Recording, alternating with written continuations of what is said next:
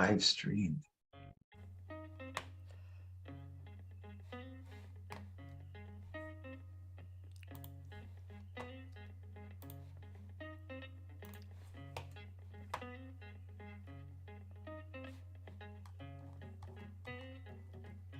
I don't even hear that. Oh.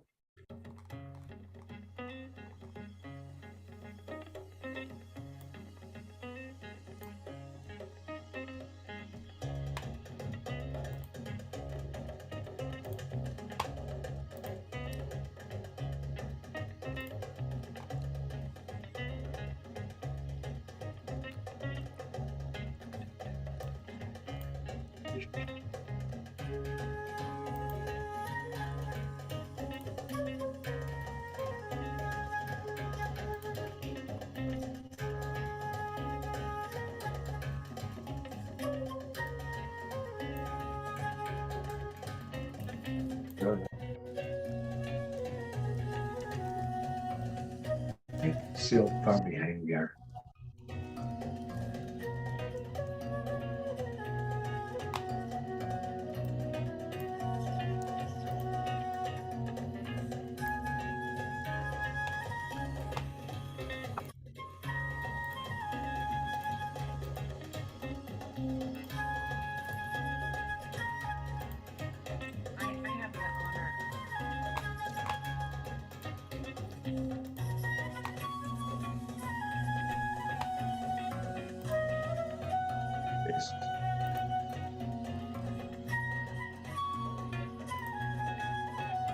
Kind of look almost like the same I did last time.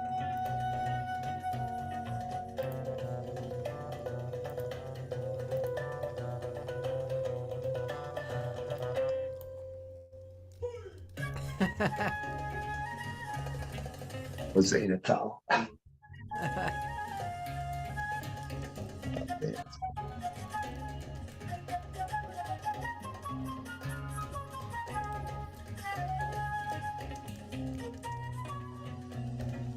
It's a good album.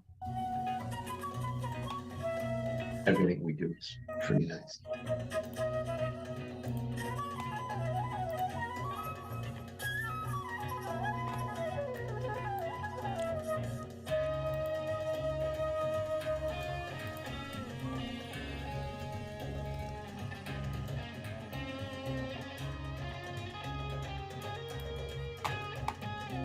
Brother, huh?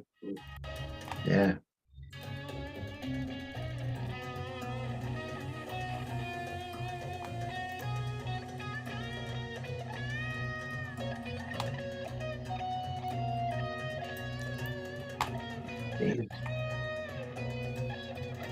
Gotta give him a visual. See what I mean? We gotta get that.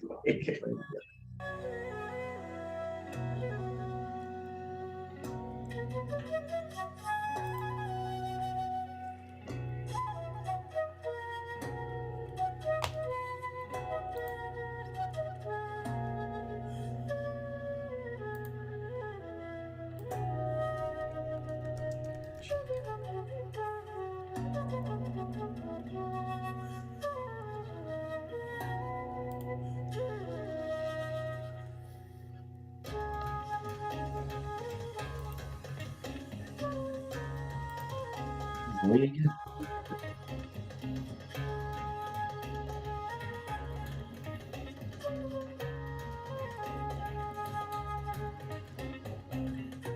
Five. Got nothing to look at but us right now.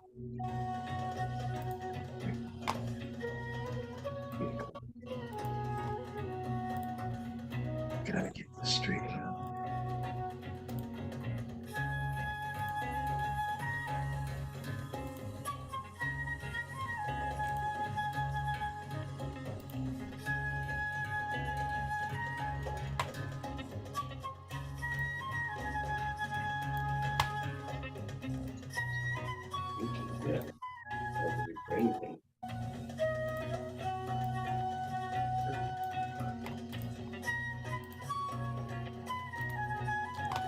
We probably should have waited.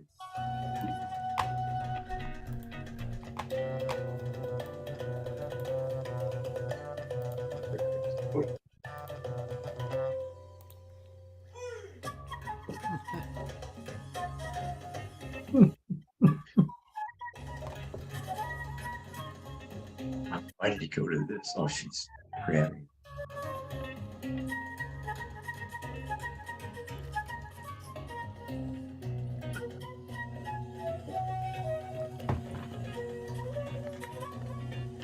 He was just downloading it.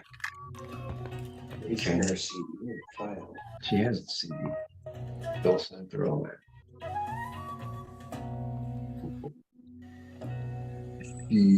I don't know what she's doing.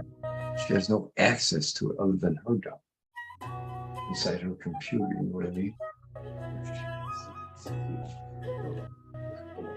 She could, but I don't run the show. That's her moving around.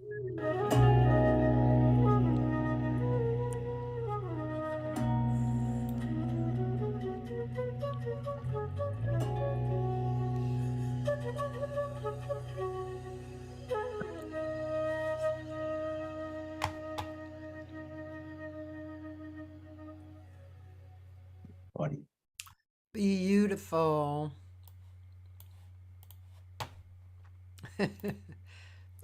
You can say thank you or anything. Thank you. I didn't even I forgot we were on the air, so I was so no, thank you very much for having me.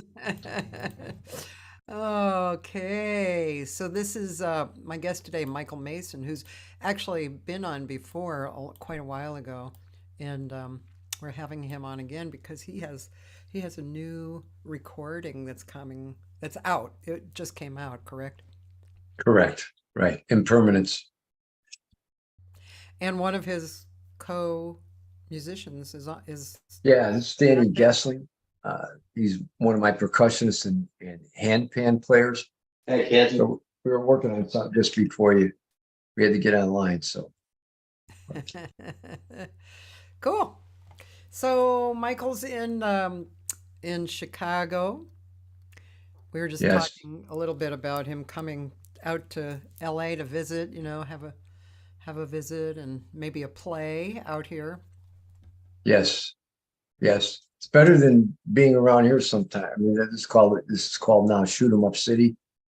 It's horrible what's going on out here. But no, it's a beautiful city. I love it to death, but it's just unfortunate that can't control a lot of the violence going on. So I don't want to talk about politics. There's so much going on, and California has its own issues with that. Oh yeah. The government, they're strange. They're strange human beings. I don't get it. I don't know what they need their own planet or something. Oh, I think maybe we should run for whatever office. They want on that planet. Yeah, but getting back to music. Yes. Yeah. So, what instruments do you play presently?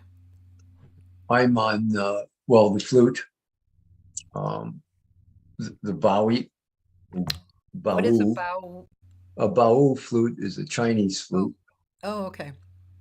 And several different types that I play, and then hand pans and piano, keyboards and piano.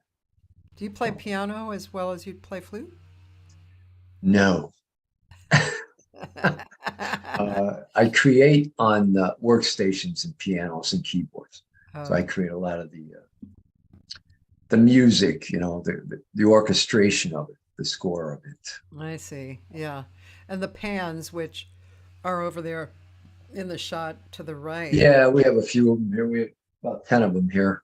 Yeah, those are really spectacular. You'll have to make a sound on those, please, because they're just so beautiful.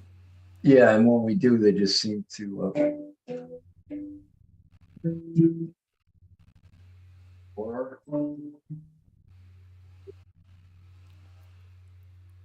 They're in keys, right? They're different keys, right? Different modes. Yeah. Which create a lot of the backdrops and the moods of the music. Sometimes, either I'll work off of a pan modality, meaning a notation of some sort, and then I'll start with keys, then move over to the pan, I think we discussed this, the way I write is pretty pretty relaxed, really. The players have a lot of fun with it. That's why, try to keep it interesting. And they always change the dynamic as well. So Yeah, yeah, cool. Nora is here. She would like to know, do you play the rondador? no, the Rondador, the song or which I one is think she? she's probably talking about an instrument, I'm guessing. No, no, no. And There's Nora, a transfer. Tell her there's a transverse bawoo flutes and a vertical. So I played both. And then there's what they call a halusi, which is another Chinese instrument. Um, Very difficult to control some of these instruments because they're with reeds, and whereas the flute is not a reed instrument, it's right. direct airstream. And So what about, she's asking the pan flute? no, I pans ruined the hell out of my lower lip and the embouchure. Oh, Uh, because I have a very classically set embouchure from the French school.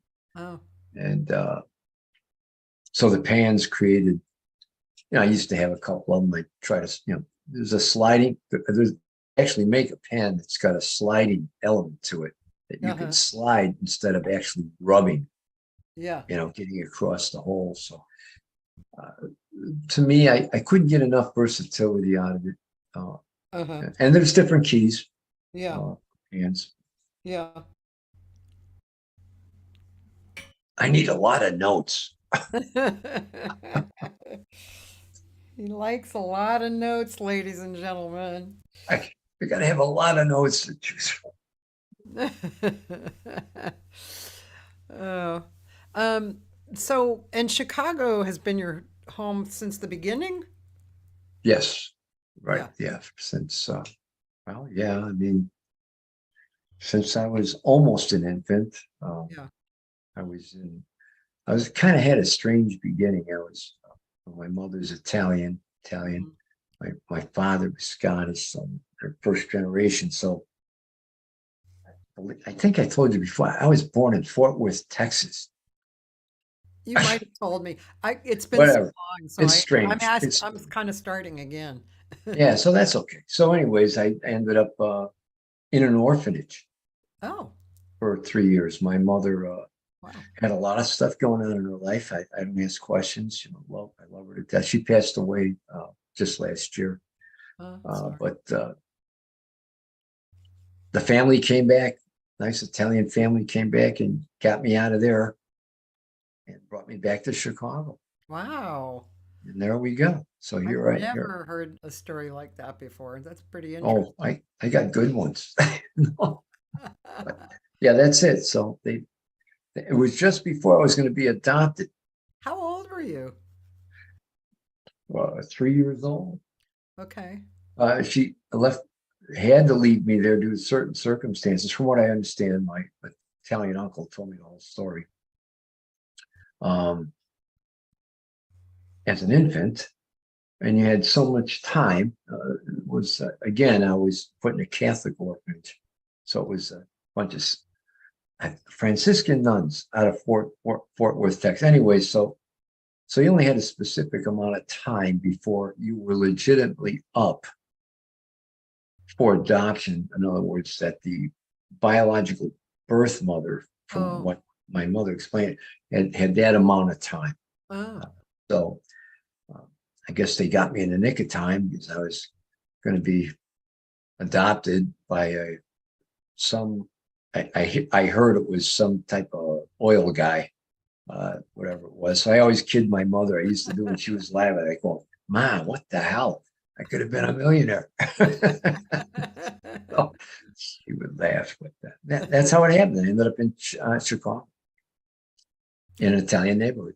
and then you went to a classical school. You said French style. Is that correct? Yeah, well, yeah. After I bastardized the flute enough, I was lucky enough to get into a conservatory. Um, and studied there. Yeah. So So, yeah. crazy. And then did you have a classical career? No, no, I studied under Joseph Zerov, the Chicago Lyric Orchestra. He was the first great teacher I had. I mean, a true teacher. I had auditioned for that. And then I went on to study under Donald Peck of the Chicago Symphony Orchestra and uh, Richard Graff, I believe. Uh, just continuous self-studies with them. This was not formal, but then I went to the American Conservatory of Music. So, with all of that genre teachers, you would think that you would have kind of headed towards classical playing first. I thought I could do it, but in all reality, I was a jazz musician. I was an improviser, Oh, and that doesn't bode very well in the classical world. right. So, um, and I screwed up in school a lot.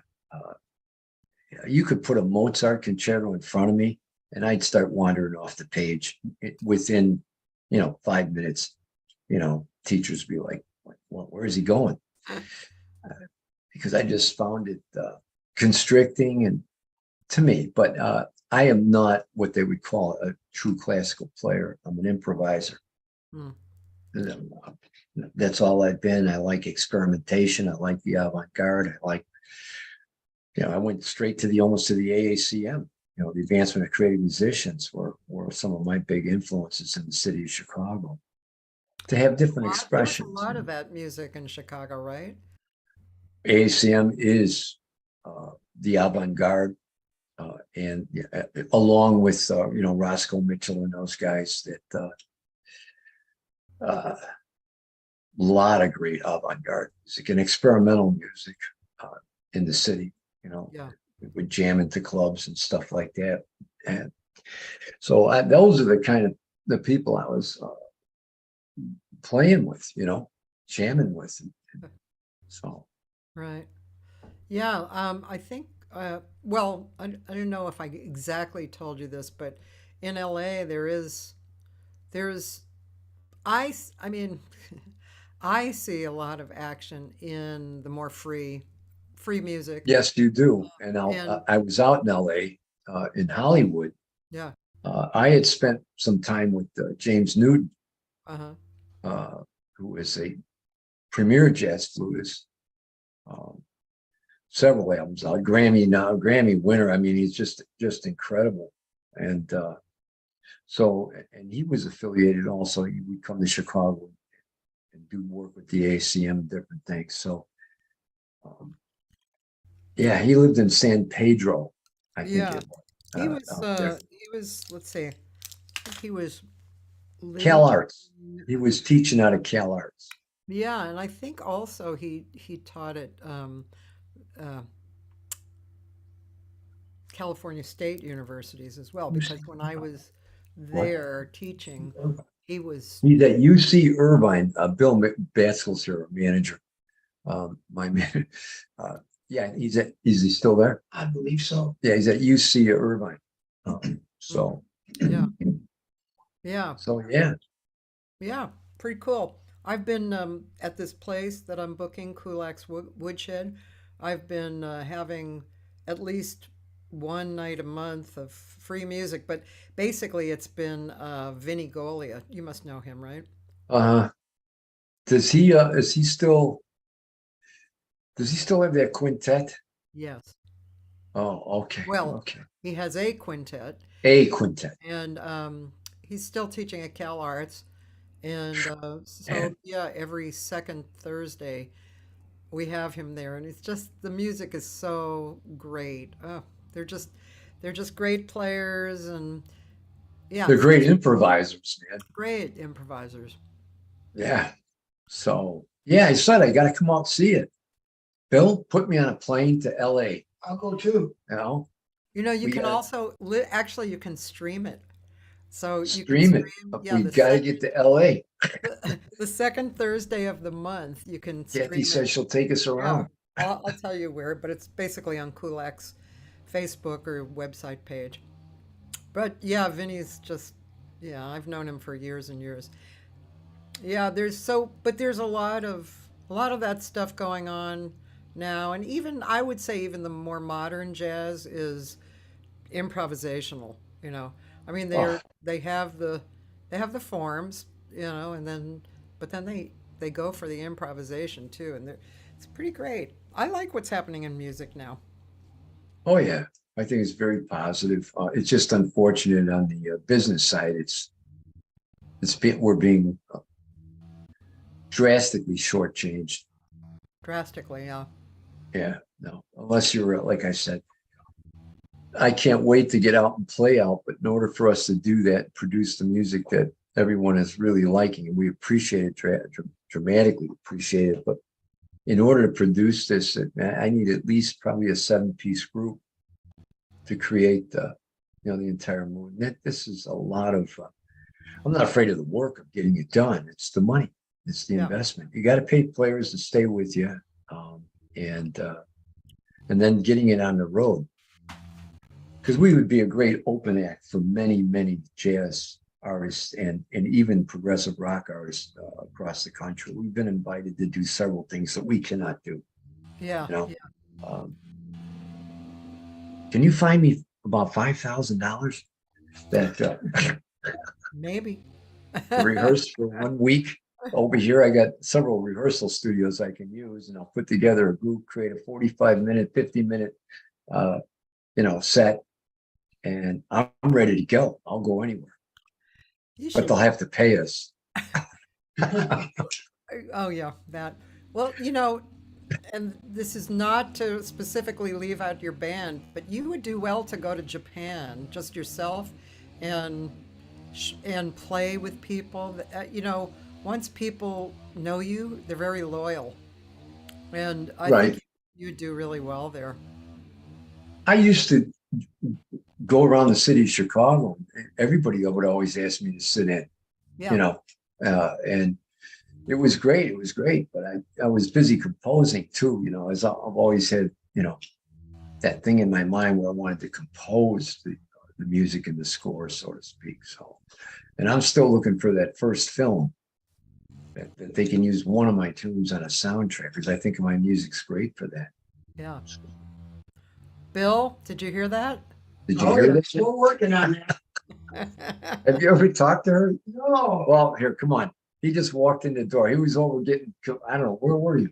I was getting some computer set up. Stick your face in. There, how are ya? Hi, good. How are you? I'm doing fine. How's things Wow. in You La La don't make Land? so good on I don't.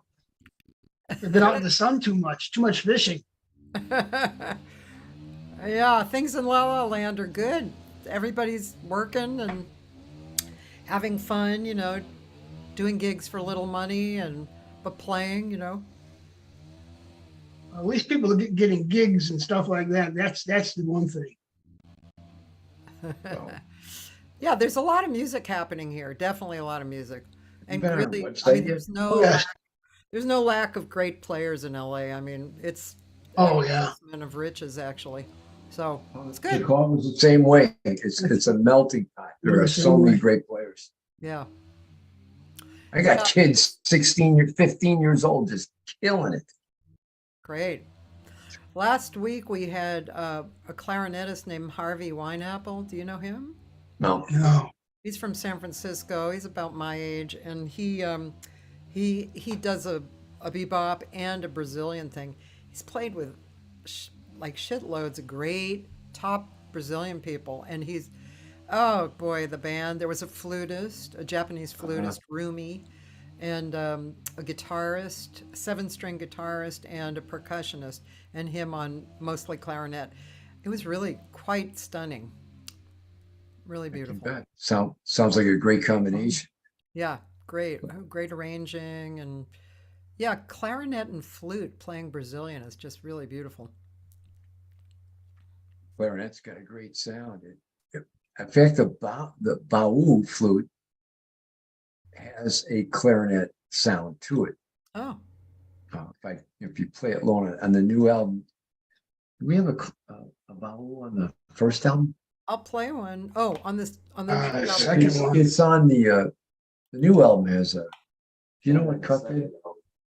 I don't know, the second and third album's got, I can't remember which one. You don't But remember which cut? it almost sounds clarinet, the lower register. I'll show you your list of songs. See, we don't even remember our list of songs. Here they are. Don't remember which one that's on.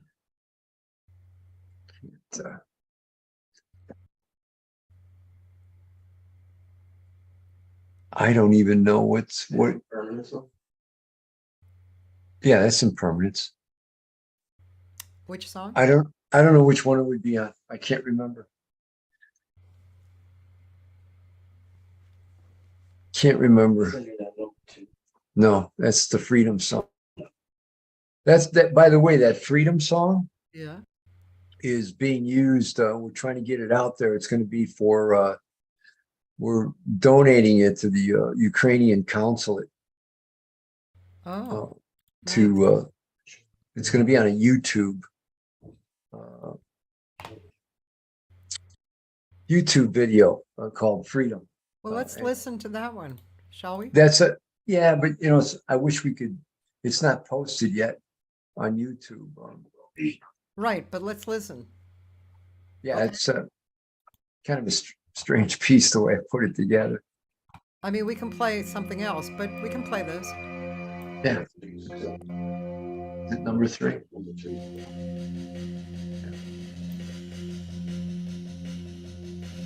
This is the one that's with rates kind of low.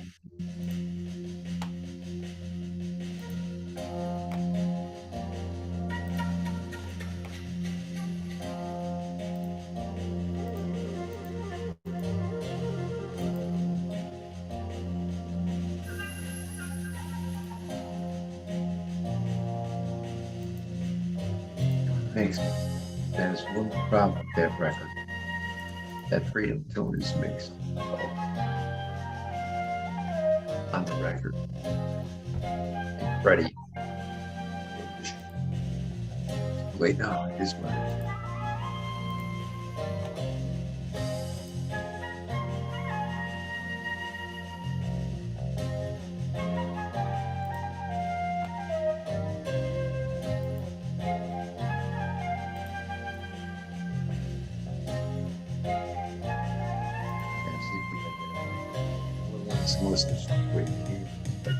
Just look at the video.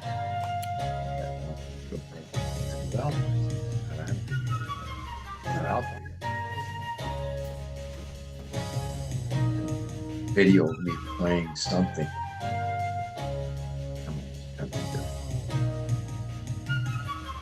Play a tune and dub it to make it look like I'm playing something. We need something. Money, money, money.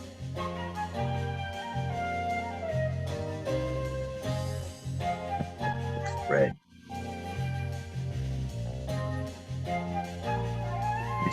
Live. I mean, she is live.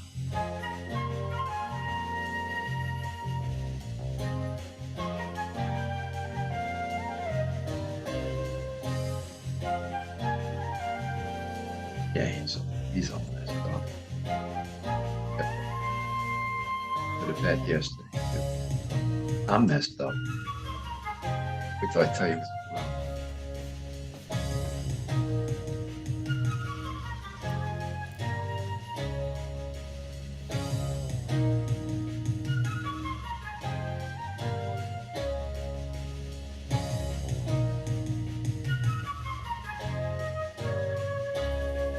Yeah.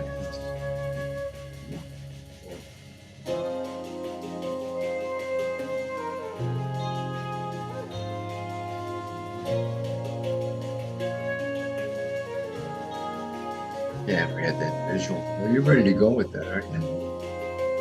The Steve Babies. Take care of that. The other stuff, though.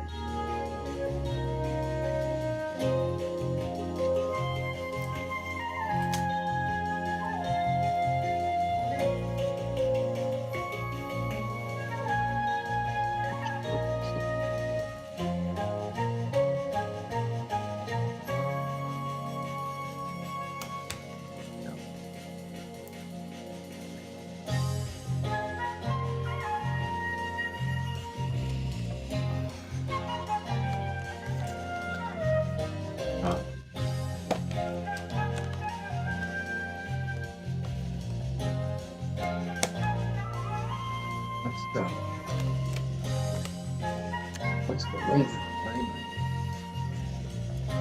5. No, This is the shortest one. the shortest one.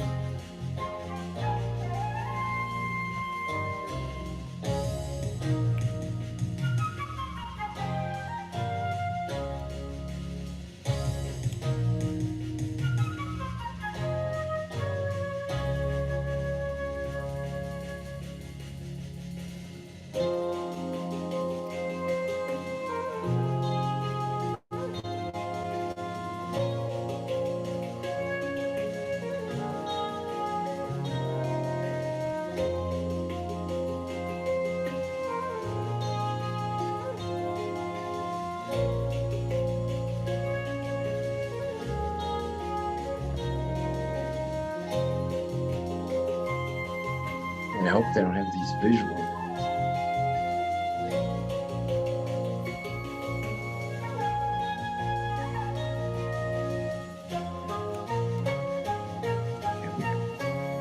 Gotta find some money. A lot of money.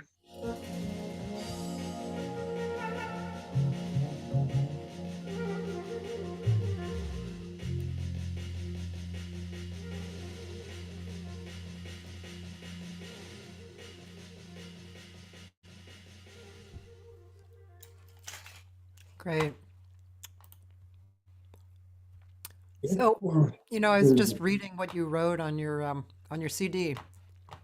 On impermanence, right? Yeah, on the Yeah. CD. Yeah, it's cool. Do you mind if I read it out loud? Sure, you can if you don't think it'd be a waste of time. It's okay. It's our time together, Cathy. So, This is here's the CD. This is the new CD. oh, thanks for holding it up. Yeah. And Yeah. it says, we must understand that nothing is permanent in life and in music. Life and our music pass by through change. When my musical compositions are created, I am in the moment of right now. No sooner does one musical thought come out of me during composing than another arrives, creating change and alterations from the original idea. The music is moving forward. The recordings capture the moment in time with other musicians who then create more change in the musical dynamic. We must value and appreciate that anything created will change. The more we are aware of it, the more we will value the importance of the present and live our lives more fully. Music depicts a journey of growth which brings us moments in time that help create all feelings, memories, and thoughts within our being to be more at peace within the world. My musical growth is the essence of change, experiences, and existence. Yeah. That's what can I say? Probably could have shortened it up, but that's too much Well, to say. no, you can't shorten it up. It fits perfectly on the record. Okay. Well, Yeah, thank you for reading that. obviously you were inspired during the writing. I'm always yeah, I have to be inspired. Sometimes I get inspired at like 1:30 in the morning or 3:30. Run down and tinkle on something and write it down, but I don't know, when it comes, you know what I'm saying? When it's just there, sometimes you just overflow. The musicians even tell me, could you stop writing so much?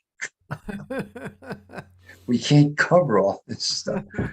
I probably have enough for, I think my end thing here is I probably got enough material for another 4 albums. Wow. But I can't guarantee it. I can't, you don't know until you start. So the new one coming out, which will, for some reason, our timing is always May we start, getting everything together. And then by the time we end up at the studio, the finishing studio, we're in October, November. And then everything's finally mixed up. We always try to get a spring release out if we can. And, so that'll be the next release. The title of that album, I already know what it is. It's Interbeing. And so it's another 9 compositions on there. Yeah, I don't even know anymore. Yeah. They're begging for mercy. Stop writing. So you make a new one. You make a new one every fall, basically. Every fall. Yeah. Well, yeah, I start, by the time we're done with the studio, it's usually January or February, Uh-huh. because everything's, dialed in and everything. And then Bill starts the process of preparing it for hard copy and release, SR recordings, copyrights, all that's got to be done before it hits the airways, so to speak, I guess. So. Yeah. Hey, I have a few questions from a friend of mine. Sorry, Taylor, I didn't see you on YouTube. Taylor Hatch is a really good guitarist. Oh, Throughout your process of developing your sound, what kind of methods were most helpful to you when you were learning jazz? the street. I know that's probably not a good answer. To me, I had to learn the facility of the instrument first. Uh-huh. Okay, so and that took a lot of discipline. So I would in the early days, I had to contend with learning. I come from what they call the French school of flute playing, but so I had to go through all the classical training, all that in regards to not just necessarily playing the pieces, but having classical teachers to facilitate the instrument freely. Once you start, see, I started backwards. I started by learning off of Rassan Roland Kirk albums, imitating albums. So I was picking up stuff through sound, bastardizing the fingering, much like Ian Anderson did. In fact, me and him kind of related to each other a lot on that. And then I looked and saw, I sought out formal training. After the formal training, once I started realizing then that the formal training was even giving me more facility to play, and my music was getting better as a flutist, I was able to sit in with higher classes of musicians. But my thing was jazz, so I would sit in with jazz players, and I was learning the jazz repertoire, okay, which was more comfortable for me. Yeah. It just seemed more comfortable. So, Uh-huh. and I went through the whole gamut of learning the jazz repertoire too. I mean, everything from Brubeck to Coltrane, Giant Steps, and things like that. But then again, I went into the avant-garde areas as well. So I don't know if I'm answering your question, but I didn't have a lot of formal training in jazz. I picked it up through my private studies and playing with others. I think you answered it. I mean, Yeah, yeah, it was basically how did you develop your sound, and I think you yeah. answered, yeah, just by listening and then World learning. music. I listen to a lot of world music. I listen to a lot of. Is she a flutist or a It's a guy, guitarist? he's a guitarist. A guitarist.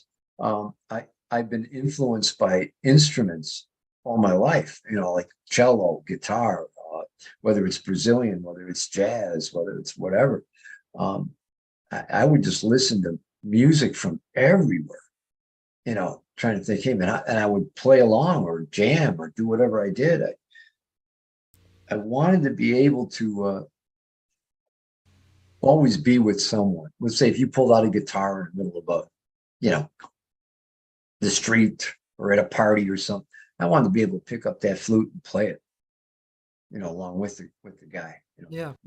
And you gotta just keep playing. And I'm sure she's great. I'm sorry, he's great. So Did in fact, tell him to look me up. he I'm wants to always know looking for if players. He wants to know if you ever revisit any classical pieces to, you know, broaden your fluency. No, for like Mozart, Beethoven, whatever. Yes, I mean, I am. I don't listen now. What I do is I study Moist, caprices, uh, different study things from Moist or from Taffanel, Gobert. All I study the flute to maintain a facility the best I can. My sound is not the greatest. My sound to me, I like wind in the sound. And in a classical world, that's not too appreciated. Yeah. It has to be very finite. But I like a lot of vibration in that tube. I just that's just my thing. I had to come up with my own individual sound. Yeah. And that's the other thing about artists, I don't care whether you're a guitarist, cellist, or whatever, but you have to find your unique voice. And I'm sure you understand that for sure. So one reason why I left the conservatory was, I could walk down a hallway and have 10 flute players to my left and my right. They all sound like the teachers. I think I told you last time, I said, well, I'd like to be a classical flutist. I'd like to get a job in an orchestra, but chances of that happening weren't so good because there's only about 100 seats left in the United States, anywhere of the orchestras of the world. So, I had to look at the reality of the situation, but I was always an improviser, and I knew that wasn't going to bode well in the classical world. So You were not the person, were you, who said that your teacher brought you out into the hall to watch people walking by, who said that's improvisation? I don't think so. I walked down the halls of the American Conservatory, and it that's when the dawn of realization in my ears that, hey, wow, all these people sound like they're teachers, and I wanted my own sound, and Yeah. that's what it said to me was like, man, where are you going to go? Chicago Symphony ain't going to want you. Yeah. Neither is the Berlin Philharmonic. James Galway is a gift from God, and I love his music. I studied his embouchure. I study, I'm always studying, but I'm stuck with me. So So, other than writing, it sounds like you compose a lot.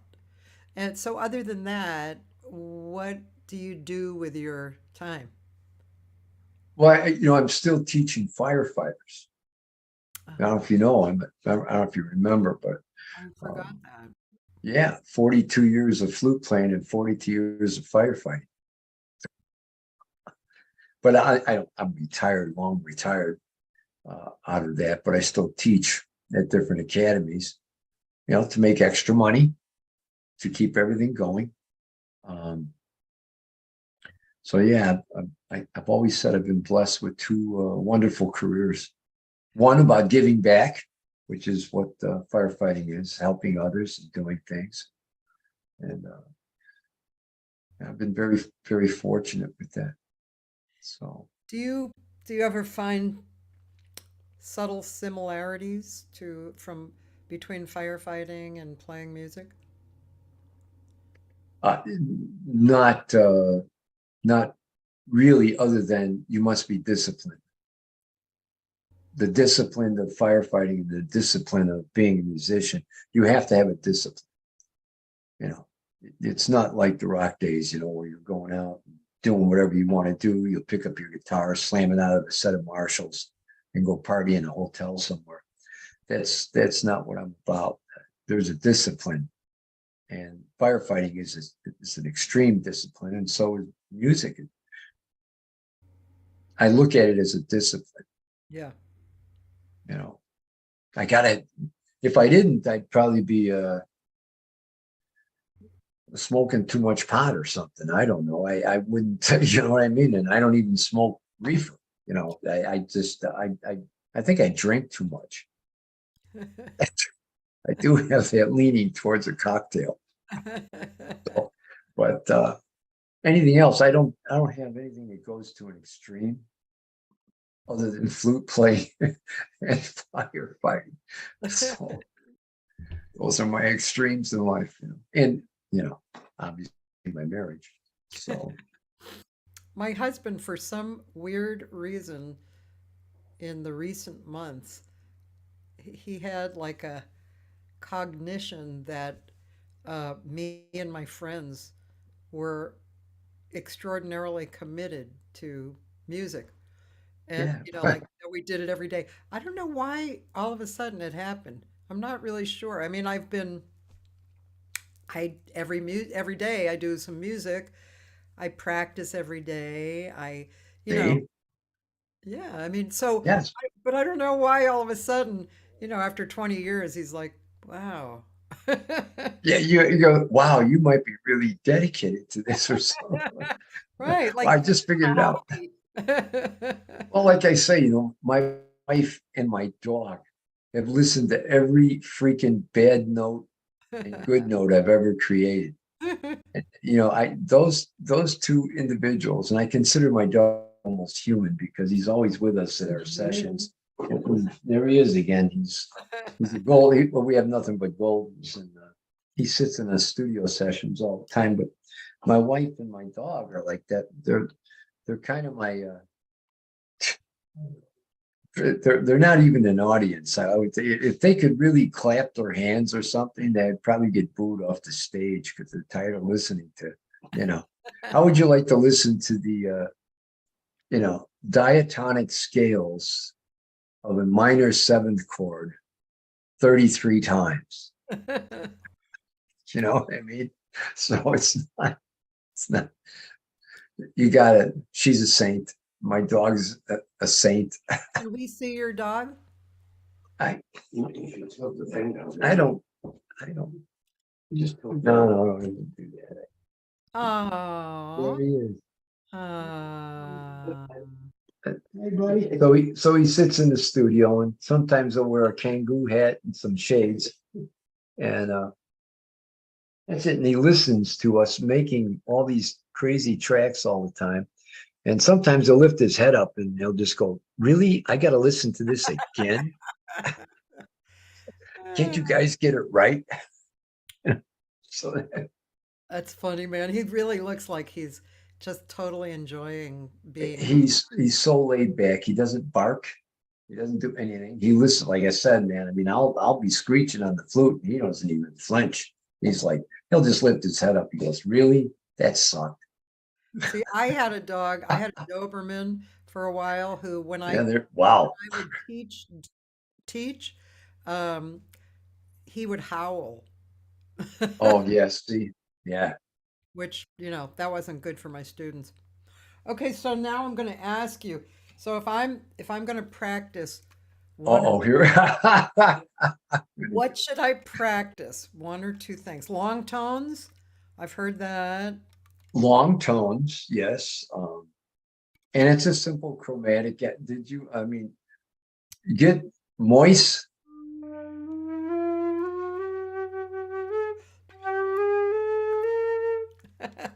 You got good sound. What are you talking about? It's So not yeah, too long bad. No, tones. I mean, I actually went to college for flute, but What?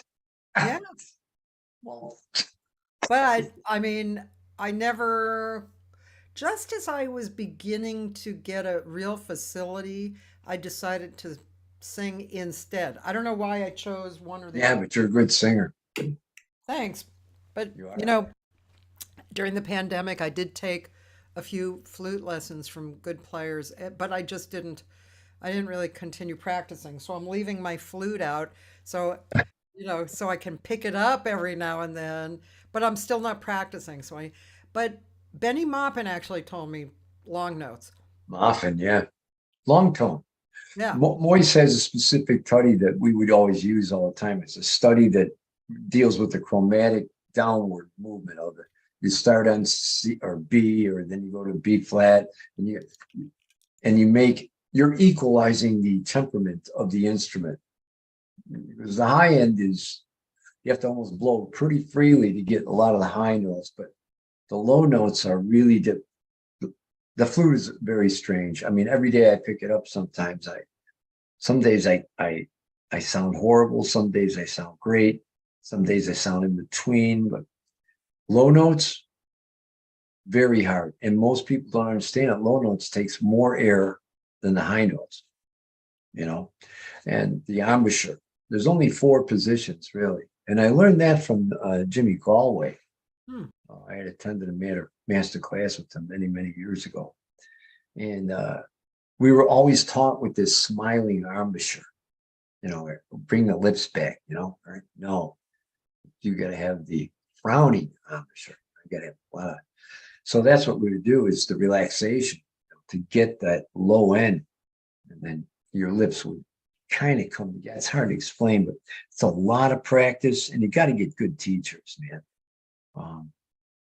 And I would have never even discovered, as much as I know now if it wasn't for the good teachers I had. I was very lucky to have some really good teachers. Zerov from first chair lyric, Donald Peck, first chair at symphony, Richard Graff, third chair.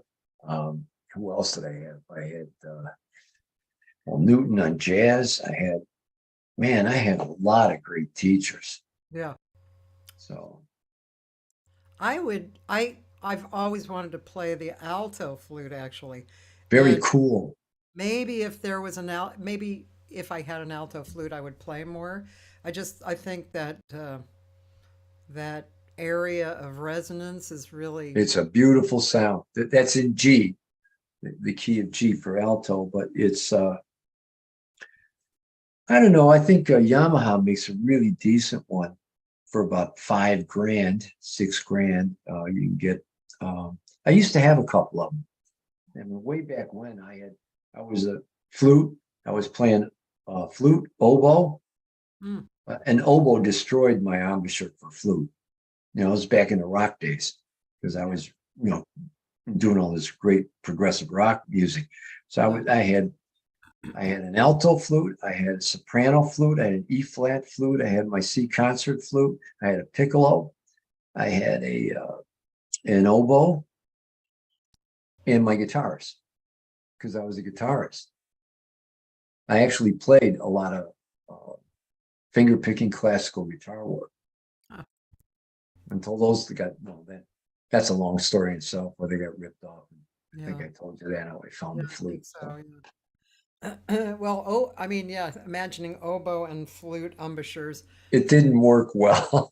a little, It's such a tight reed, yeah. you know. I love the sound, I know the sound's amazing. but I don't know. I just thought I like playing anything. But like these Bawu flutes that I have, BAWU, I'm still intrigued by them. Uh-huh. And so I'm gonna go look at how that I looks. don't know which cut that Bawu's on. WU Damn it. flute. It's on Impermanence. I know. I think it's on. I want to see what it looks like. It kind of, oh, It's there's 2 different types. There's the transverse, and then it's the yeah. So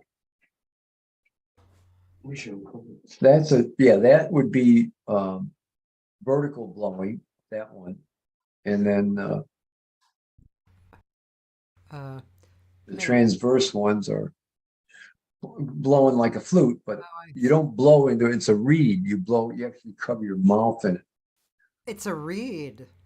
It's a reed instrument.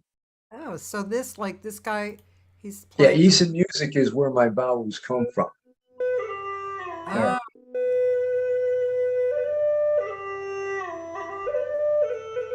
that's a gorgeous sound.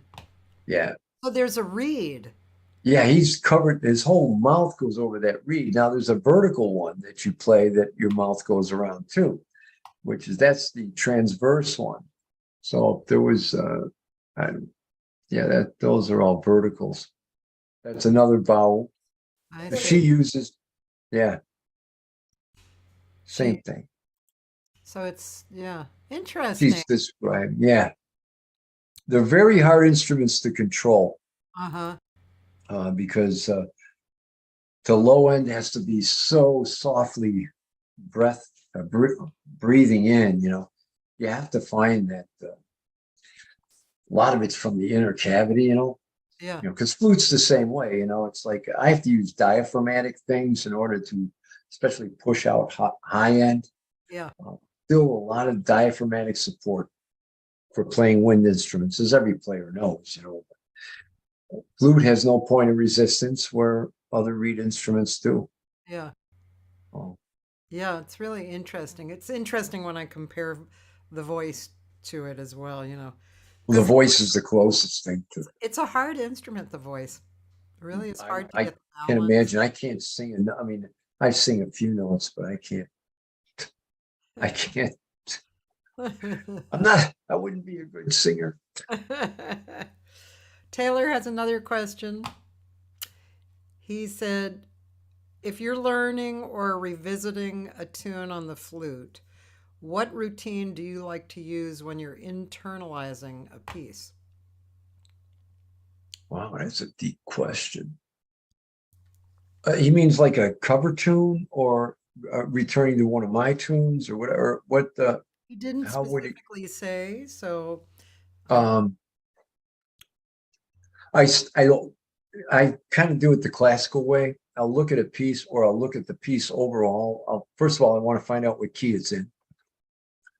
Then I'll look at the patterns going across the page and notice if I'm dealing more with the notation of 16th notes and arpeggios and things like that. yeah. And I get my facility up into that key and then start addressing. If it's written, I'll address the written piece and try to get rid of the written piece as fast as I can. Yeah. Especially in jazz, because I want to be able to hear it. It's like doing like the other day. I was just messing around with "Maiden Voyage" from Herbie Hancock. Bum bum bum bum bum bum bum. And there's three modalities to the whole tune. So I could readdress that. Wayne Shorter, the same thing. Footprints. Boom doom doom boom doom doom boom boom boom down boom boom boom down. Da da da da da da da da da da da da da da. And I would just, as soon as I capture it, that's it. I always like to go back to my jazz roots, man. So someday I'm going to put back a good quintet and go back out on the road. Like I used to have 3 quintet groups doing sessions all over the Midwest. Huh. And sometimes I miss that. Yeah. Now I'm into such almost big production work. You listen to the music that we're making now, there's a lot of work in it. Did you find it? It's Night Skies that has the Bowie in it. Okay. In Transcendence, what about Impermanence? No, we don't want Night Skies. We want the Bowie. Nothing on Impermanence? Can you look it up? Night Sky on Transcendence. Okay, let's see. The last song has Bowie on it. I wish you could find the Impermanence one. Because you have that downloaded already, right? Me? The Impermanence, the new CD. I have that downloaded, and Yeah, that's really got some great bow on it too. Because that's got a bow solo. That was hard to do. The instruments are so primitive,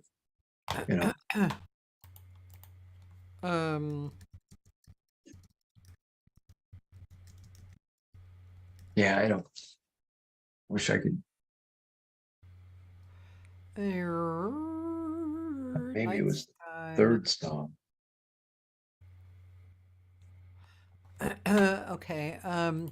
Well, let's see. This on Impermanence, there's On the Road or Transient State. Is Fireside a bow? If someone could get it up. Yeah, Fireside? Huh? Fireside. That's it. Yeah, you'll hear the vowel. They'll come up. I think. I like cool the tune. beginning. Sounds great. That's the vowel.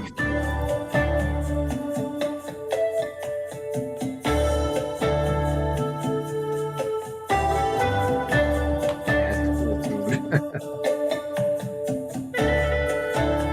There's the vowel.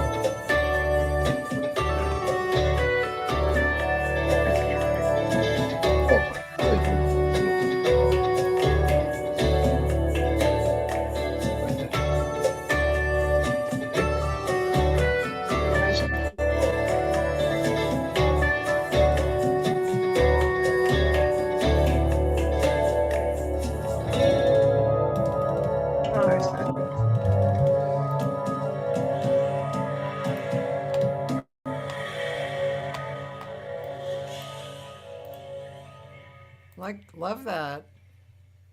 Isn't that cool? Yeah, very. Love that one. That's really nice. Yeah.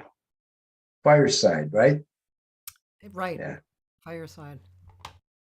Yeah, you're right, Joyce. Joyce says this song has such a happy feeling to it. Tell her thank you. Taylor likes it too. Taylor has another question for you. He likes deep questions. In 2023, what aspirations do you have, either musically or personally, to help influence your perspective as a human? Whoa, whoa. And first of all, how old is Taylor? Is in his early 20s. He's at UNT. Oh my God. So he's still being, yeah, he's got, it's good. Wow, he's deep. He is deep. First of all, in order to, I think for any human being to be on this earth doing what they're doing, they have to have love and compassion. Mm-hmm. So you could tell Taylor, I mean, what I do is, my music is reflective of my spiritual upbringing or my spiritual development. And there's just no way. So I study a lot of Buddhism. I think I told you that before. Nigerian Buddhism, as well as different Buddhist and different Buddhist texts.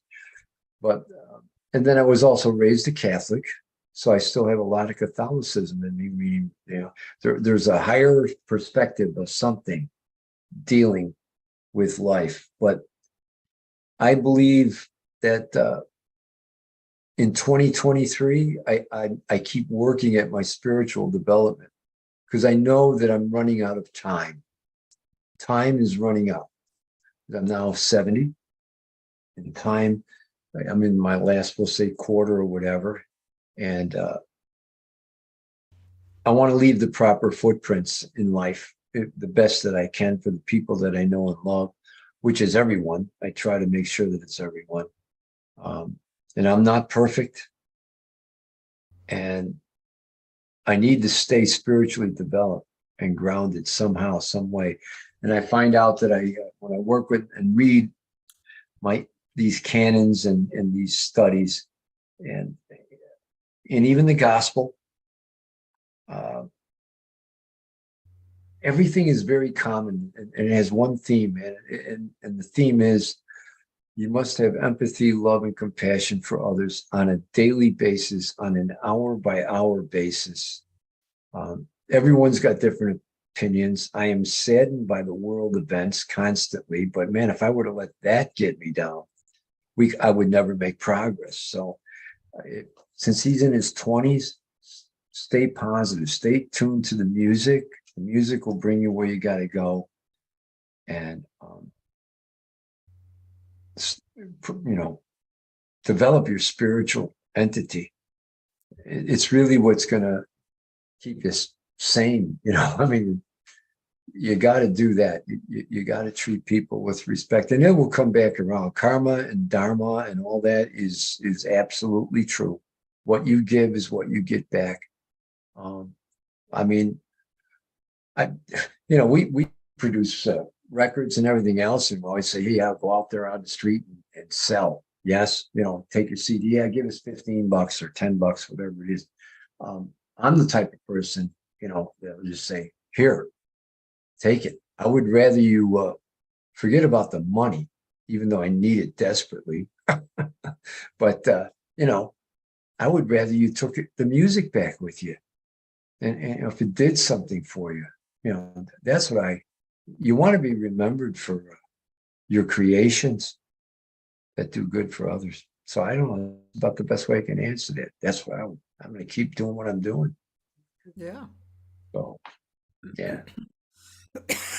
I agree. I hope that answers Taylor's question. I don't know if it did, but since he had such a deep question, I get real deep answers. He's a deep thinker. He also does interviews at UNT with A lot of great people, a lot of great musicians, and yeah, he's a really very nice human.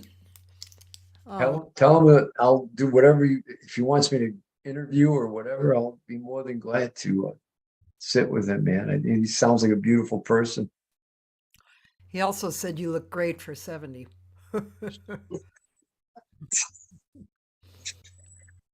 When did you turn? And I wish, you know what? When did you turn Really, 70? May, May what? I can't give that out over the air. I'll have 10,000 firefighters on my butt right now. I turned 70 on May 28th. Well, you know what? You look gorgeous compared to really. Look at me. It's terrible. I still got some teeth. I think you look good. Yeah, I know. No hair. Nothing will grow. It just is what it is. But yeah, 70. Yeah, so it's not good. Well, you look great. You know why? I think you know why? Yes. You know why we look, you know why we look maybe the way we look is we're young at heart. Yeah. To be in music, you have to be young at heart. You have to be a player. You have to, right? I mean, you gotta, you know, we love playing. It's like having toys. You know, we're very playful people. You know, we deal in happenstance Mhm. all the time. We can't wait for the next light bulb. The creativity You know, keeps your mind up. yeah, it just, you know, it's just creating is it's a wonderful thing. I mean, could you imagine waking up every day and just going to the same? I mean, Jesus, we're blessed, and those people are just they're having a tough time of it too. You know, you have to have empathy for them too. How would you like to get up every day, go to the office, you know, deal with traffic, the whole thing? You know, many people that are never happy in their jobs, they're just trying to make a living, you know, and cut the world out, you know, and support their families. Yeah. It's a cruel world, you know.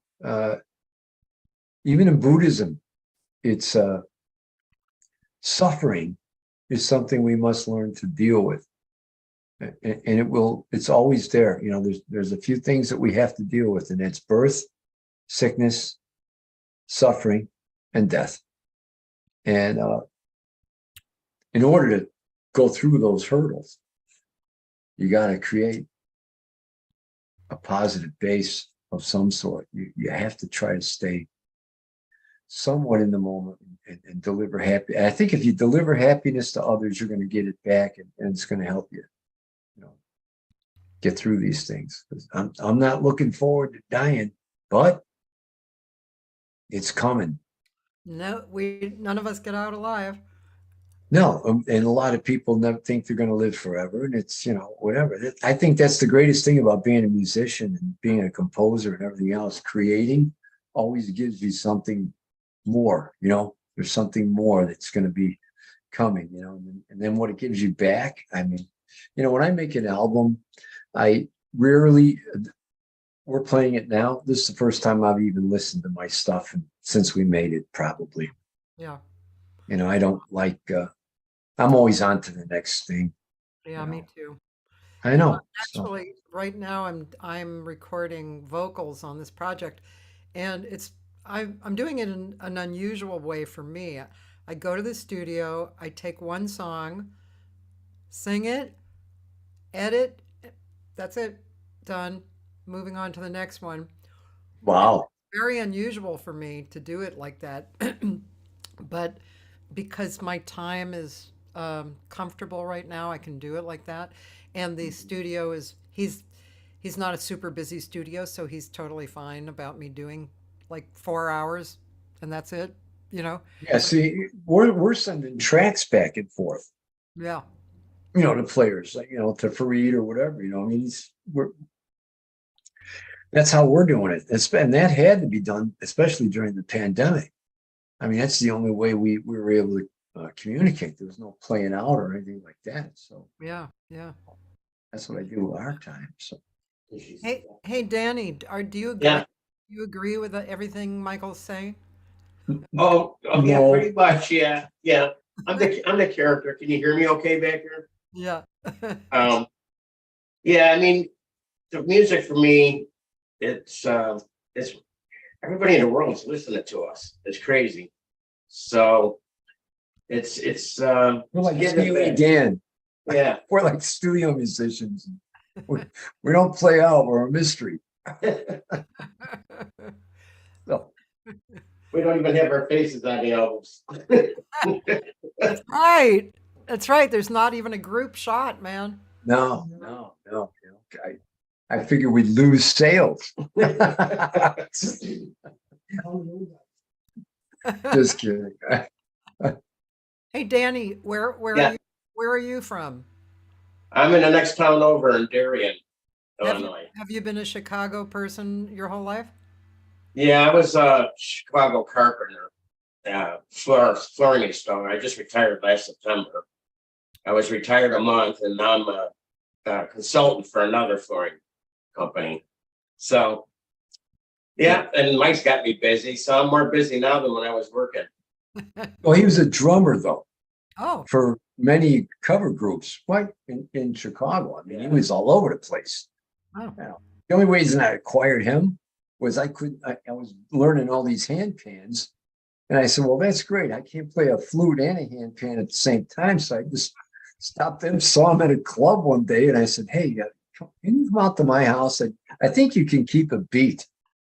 So now he's a drummer. I mean, he's a Chicago freak. He loves Danny Serapin. You know, he's playing Chicago. I said, "Come on in, look at these things." I bring him in the door. He's looking at these spaceships. He goes, "What the hell you want me to do with these things?" They look like a Weber grill. So he starts banging on them, starts showing him patterns, and he turns out to be better than me. It's a work in progress, you know. There's a lot to learn about them with modality, what you can use in certain songs, what you can't, you know. Yeah. There's You know, incredible hand pan players out in the world. This instrument, it was only brought into the musical foray since only 2001. Yeah. That's how new these things Yeah. are. And then the Right. makers, the hand pan makers, are incredible players and everything. So, and they're very familiar. I have a friend who's a very incredible percussionist, Brad Dutz. He Brad introduced me to them, and he's a really I'm gonna just play you just a little. He has talk about composing music. If you go to Bandcamp, he's like a billion. Oh my God, we have not. When have we ever used Bandcamp? I hear nothing but good things about it. Yeah. Well, let's see. Yeah, Bandcamp is cool actually because it's one place you actually can make money. People can download for I free. heard. They can download and give you whatever they want. So it's pretty cool. We're gonna look into this. I'm just gonna share this a little bit with you because you would probably love. Here's all these. Yeah, these are all his albums. Yeah. Records. And let's see. I'm just gonna pick just one thing just to play you a little something. Let's see. Brad Dutz. Oliver, known to his paternal grandparents as Olivier, was perceived by all of his friends as a thoroughly ordinary guy. None of them would think of him as an original. In fact, he was so ordinary, you might call him orthodox. But deep inside, Oliver was a very Okay, original. that's like they're probably improvising. I'm guessing. Here's Yeah. him and Bill Roper. Olson was one of those oddballs who was He's a percussionist. kind of oblivious. He's a percussionist. He loved the sea. Yeah, he's he's really an interesting. I was hoping to find like his site. Is that him? Is that Dutz? Yeah, Yeah. here's a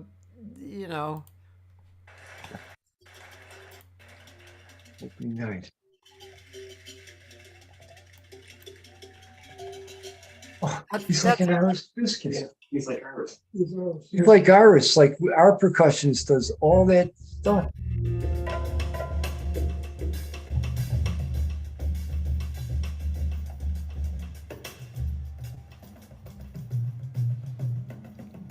Let's see. I was hoping to get a little bit more Brad here. Oh, yeah. Look at these flat boxes. Look at everything. Okay, so when I come out there, can I sit in with this guy? Well, now he lives in Washington. He moved to Washington. And Yeah, but he lived in LA for a long, long time. And he's been in So many my great groups, players. you know, because he's just so darn creative. oh, hell yeah. Really fun. Yeah, we got a guy, Aris Biscuits on our albums is very much like him. He comes out and he brings like half a forest with him. No, I'm serious. This guy is, I mean, he's got logs he'll bring into my house, you know, that are tree stumps and there's things hanging from them. Oh, Brad sounds very The similar. guy he's incredible. He's Yeah. got bird whistles on impermanence. He's got he came out with a bunch of bird things that you fill them up with water, they're handmade. And so he's got like eagles screaming across the sky, you know, that you would hear. And then he's got, you know, maybe a finch. He does all this stuff. The guy's a nut, but he just knows, he knows time. Yeah, You know, time, 5, 4, 9, 8, you just right on. yeah, Just because he's a great drummer too. yeah, So, yeah. It's pretty amazing. Brad also, this he, guy. he just has a multitude of instruments, you know, everything from, you know, that to like real Oh yeah. instruments. And he's kind of crazy and he's unbelievably creative. I mean, he just, you know, he's just amazing and he's got a funny sense of humor and, you know, it's just, it's really fun to play with him. But if you ever go to Washington, you know, you should look him up, definitely. I'd like to look him. I'd like to get his number. He does do stuff online. He, you know, Yeah, we could trade tracks or something. You never know. I mean, you know, is there any way you could hear? Maybe I hear his stuff, so I'll go on right now. I mean, I'll check it out. yeah, But yeah, it's all, he had this series, what was it? The 10, he had a series of records where he was, oh no, maybe it was one record where everything, all the titles had to start with T, you know, every word, 10, Ted's typing, so, you know, whatever. And he's a great guy. He started series, like more avant-garde type of series. is he teaching? I don't know. I'm not Hey, sure if he's teaching. Okay, because it sounds like he'd be great at a conservatory, teach percussion. Yeah. He probably has taught, but yeah. Hmm. Crazy guy. Wow, cool. And pots and pans. Yes, Roland. Pots and pans, you know. And he was the one who introduced me to that instrument, the pan drum. Really nice. Beautiful sound. So how about listening to more of, should I listen to the new record or should I listen to another? Number one. No, they want number one. I agree. It's pretty jumpy. What is it? Goes around, comes around. Goes around. Yeah, that's what Fareed Hogg. Yeah, he's playing a nice acoustic nylon string, and it's got a nice sound. Okay, Yeah. let's hear. Goes around, comes around with Impermanence Yeah. record.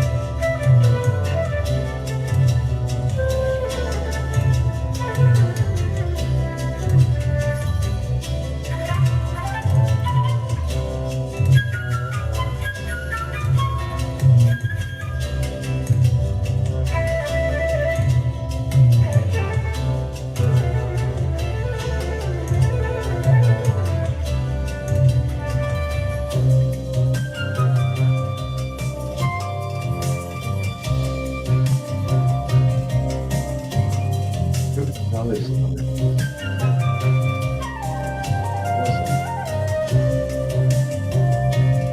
We're gonna bring him back. We just don't know where. Yeah, amazing.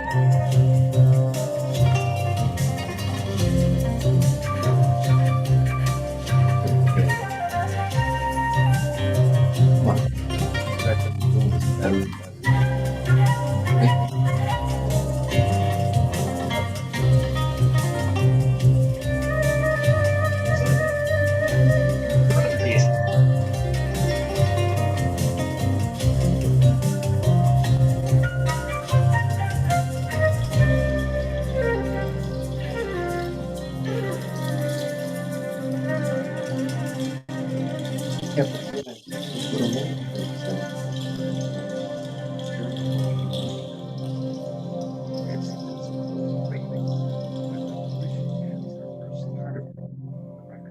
now. Nice, very That's beautiful. yeah. There's good old Fareed Hogg. Good old. Taylor said, kind of reminds him of a Matheny's song called "So May It Secretly Begin." Really? And I he can't said, not sure recall. if you're familiar with Philip Glass. Probably. Yes, I am. He wrote some pieces for flute and piano plus solo flute. Philip Glass. Yeah. He's an incredible composer. Yeah. Wow. Thank you for playing that, I guess. I haven't heard in a while. Like I said, I don't listen to my stuff too much. So Did you hear anything you liked? That's kind just of a keep, joke. Sorry. My keep friend playing it, Cass. Just Jay keep. Clayton, she says jokes like this. Was anything all right?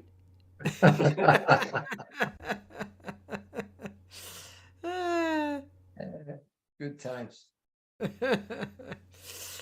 Yeah, very Yeah. nice. So when are we gonna scat? When are you gonna scat for us? We got to do some singing. Let's Some scat singing because I can't. Remember we talked about this. We did talk about that and because I don't want words. I want sound. and since I talked to you, I have a mic set up. I have Logic, Oh, so I could actually do some stuff. there you go. So if we send you some tracks, you can work on it. Yeah, I'd love to do that. Why don't we do That's a why business I've been scat slowing on a my life solo? down a little because Huh? I want to do some more creative stuff. Yeah, we'll send some files over Okay. and we'll Gio Lowe, our bassist, he's probably our music producer. He helps, and if it wasn't for him, I couldn't get organized for nothing, digitally. But he'll tell you exactly where to do your thing on, improvised sections, and you could jump on melody with voice. Cool. You know what I mean? Just I do. I'm ready. scat. That's a bad word, isn't it? Yeah, it is. That's an old thing Yeah. because it's really jazz thing, but it's It used to mean you know doo-doo. doo doo doo. Cat, right? Yeah. It used to mean Yeah. No. Yeah. But they do a lot of, a voice is something. I mean, I don't have to tell you. I mean, if you went around the world and listened to singers that do things without words, like, South African or, Syria, just some of the Greek things that are going on and stuff. I mean, Jesus, there's some beautiful voice out there. It does not entail words. It's like, the instrument. Yeah. Yeah. I would love to have you do something like that because I know that you're interested in doing that. I am. So Yeah. I'm ready. I've been doing okay. it more and more. I also do I guess it was during the pandemic, I did I don't know. I would go steady for a while and then I wouldn't go steady, but I would post these things called prayer improv, and they were about 3 or 4 minute pieces that I was whatever outside, inside, and I just turned on the recording and I just did an improvisational piece, and it ended at 3 or 4 minutes usually. So I have a number of those, and but that's not exactly what you're talking about. But I like. I mean, I told you I have a well, since the pandemic, it's kind of changed, but 6 or 7 voice group called Fish to Birds. Yes. So we improvise. That's all we do, and we've worked together. Before the pandemic, we were together 8 years. So It's a vocal group, a vocal improv group. yeah. Now I Really? could show you that a little bit. Yeah. I mean, what are you guys doing? Maybe we could do some of that. It's really fun. Send you some tracks and you guys have at it that way. I actually one one record that I did called the Jazz Chamber. I did a recording of a Benny Maupin song called Message to Prez. And so Fish to Birds went in, did a Fish to Birds thing. And then the arranger, Bevan Manson, who's a genius, he kind of made a suite of it. I'll send you that. I'm going to make a note to send you Message to Prez. You'll really like it. It's, yeah. But let me just show you guys a little bit. Here's our tiny desk video. A desk video?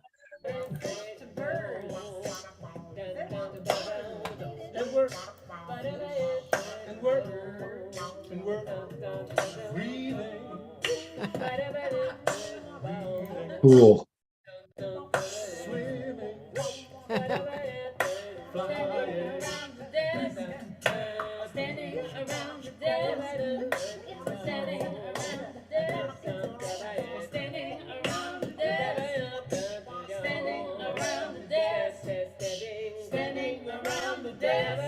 Cool shit out there.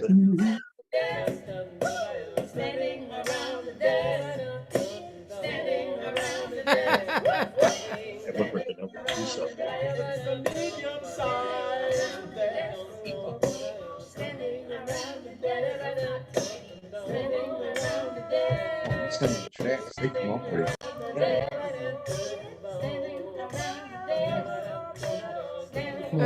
That's all they need. And they'll take it, put it in this studio, play it back, and then Anyway, that's cool, very, very cool. We're sending you tracks. Okay. Next, Cathy, can we get the whole flock of birds? Where we got that name was from Escher.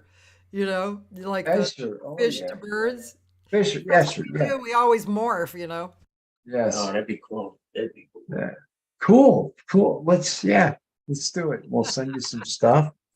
We're going to finish up some of the stuff that we got going, and then we'll send you the tracks and get a group like that together. And never know.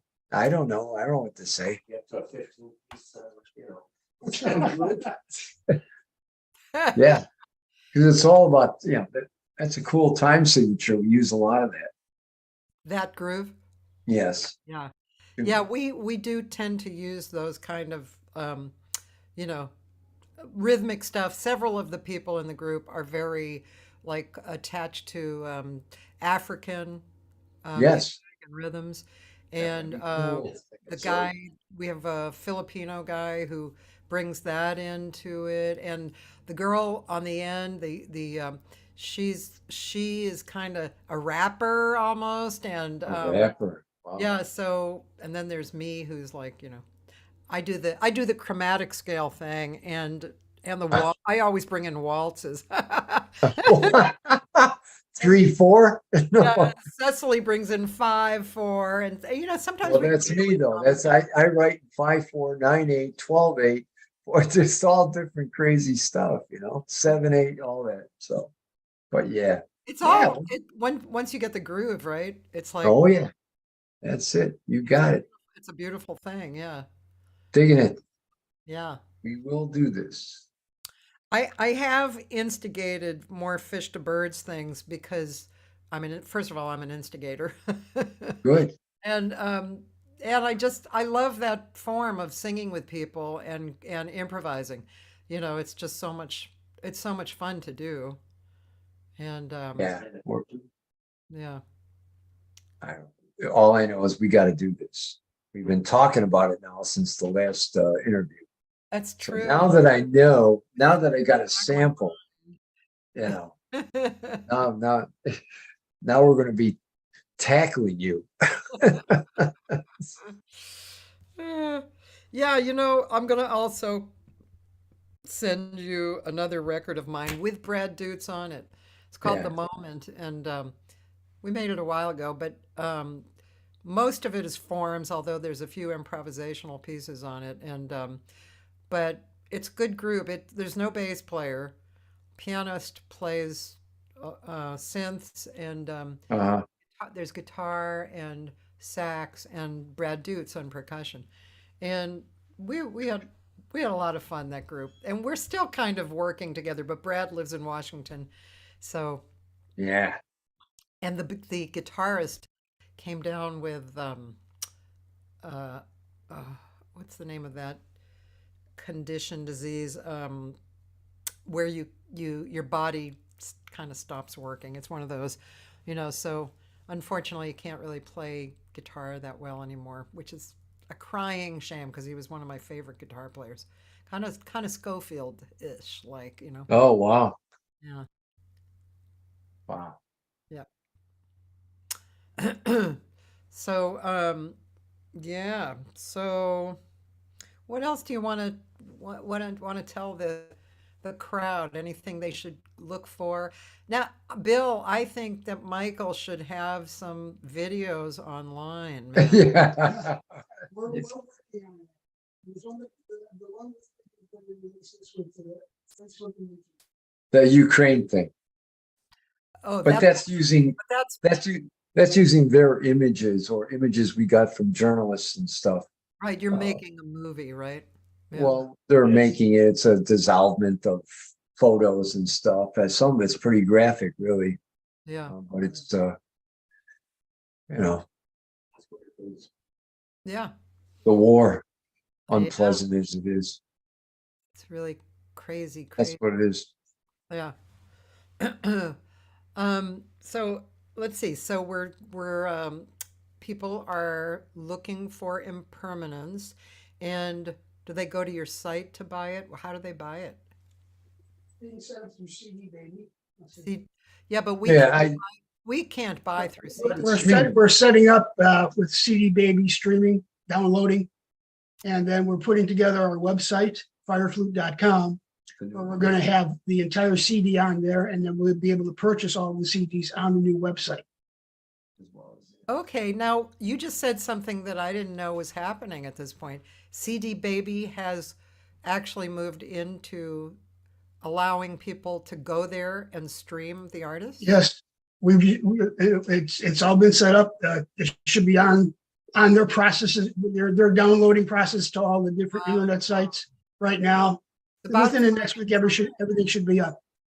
It's about friggin' time because they just like disappeared for a minute. It was like, well, they've made a change to where they're not going to do physical distribution. It's just downloading.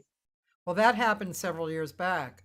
Yeah. That's why I say they disappeared. And I read Derek Sivers' books. I don't know if you guys have read his books. I've read the articles. Yeah, he's something else, man. Talk about a free spirit, Michael. Woo! Derek Sivers, you should check out his books. He has these little books, these 3 little books. I mean, they're really interesting. He's an improvisationalist in his life. It's really pretty astounding. But anyway, CD Baby, cool. That's great. So And then we'll have the fireflute.com website up and running very soon with all the tunes from Impermanence. And then there'll be from 6 other CDs, there'll be selections from all 6 CDs to be able to listen to. We're getting it set up with a PayPal purchase. So you can purchase any of the CDs through the website. What about Amazon still? Yes. Amazon will still be listed for Amazon. Everybody that CD Baby downloads to, there's like 150, 200 different sites. Excellent. Yeah, you know, it's funny about Bandcamp. Bandcamp is not associated with those sites, but Bandcamp is the one area that actually the money that you pay goes directly to the artist, and people can pay $2, $20, $50, whatever they want, and it goes directly to the audience, the artist.